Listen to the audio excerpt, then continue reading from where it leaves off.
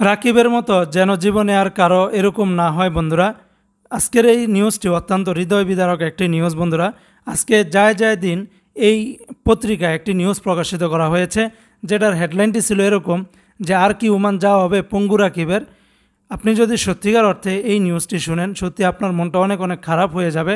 কারণ এই প্রবাসী ভাই, যার বয়স সবেমাত্র 18 বছর, কিন্তু এই যে কোটা সংস্কার আন্দোলনকে কেন্দ্র করে এই ভাইয়ের পায়ের ভিতরে গুলি লেগে তার একটি পাওই কিন্তু কেটে ফেলতে হয়েছে।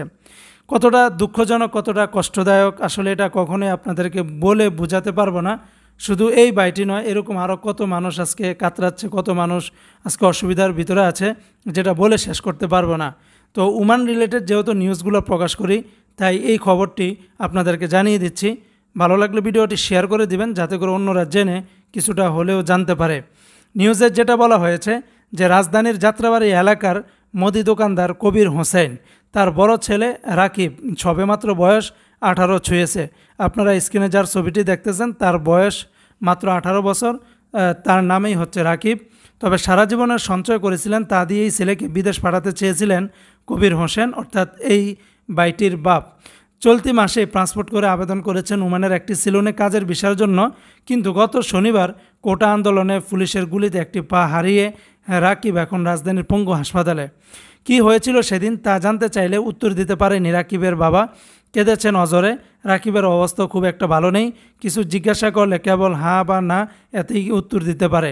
এ সময় কথা হয় তার দাদার সঙ্গে। তিনি জানান, অন্যান্য দিনের মতো শনিবারও রাকিব সেলুনের কাজ শিখতে সকালে বাসা থেকে বের হয়।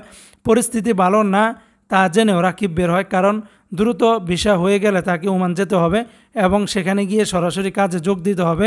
ওমানে কর্মরত তার চাচাতো ভাই তাকে এমনটাই জানিয়েছেন।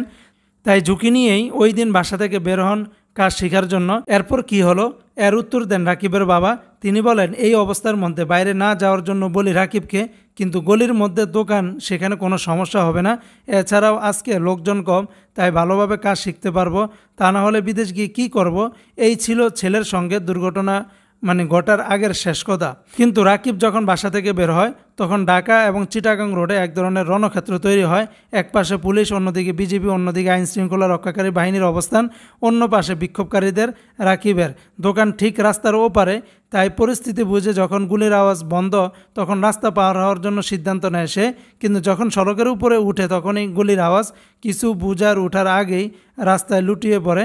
যখন দাঁড়ানোর চেষ্টা করে, তখন দেখে তার বাম পা নড়ছে না। একটি বুলেট তার হাঁটু ভেদ করে চলে গেছে। সে রাস্তায় লুটিয়ে পড়েছে। যারা সেদিন রাকিবকে উদ্ধার করে হাসপাতালে নিয়ে আসেন, তারা জানিয়েছিলেন আহত অবস্থায় অনেকক্ষণ পড়েছিল সড়কে।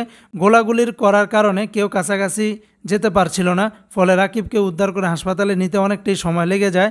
ততক্ষণে রাকিবের পা থেকে অনেক রক্ত বেরিয়ে যায়। দুপুরের পর যখন তাকে শ্যামলী পঙ্গু হাসপাতালে নেওয়া হয়, তখন তার পায়ের নিচের অংশ রক্তশূন্য হয়ে সাদা হয়ে যায়। পরিস্থিতি জটিল হওয়ার কারণে চিকিৎসকরা তার পা কাটার সিদ্ধান্ত নেন। এখন রাকিব আগের থেকে কিছুটা ভালো রয়েছে, কিন্তু তাকে বাকি জীবন এভাবেই পা ছাড়া চলতে হবে।